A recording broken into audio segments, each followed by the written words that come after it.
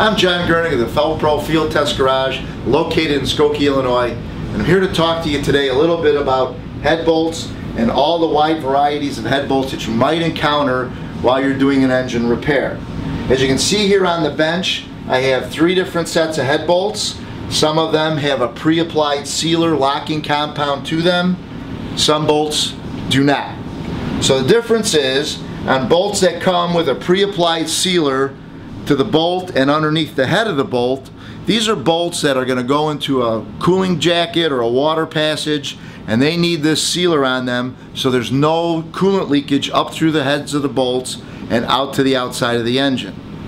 Now, bolts that go into blind holes, they don't get the sealer on them.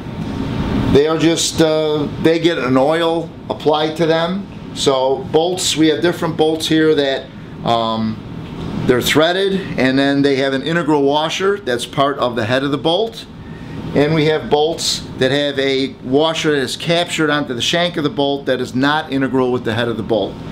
These type of bolts, they need to be lubricated properly before you install them into the engine, which requires you to get your oil can out and put some oil along the threads of the bolt as well as underneath the washer of the bolt, so when you go to torque it up, you apply the proper load to that head gasket and a good sealing joint is occurred.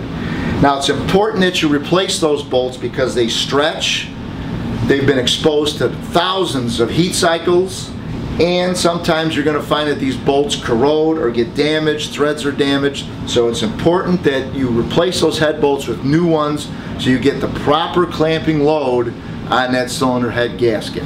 I'm John Gurnig from the Fel-Pro Field Test Garage. Thanks for watching.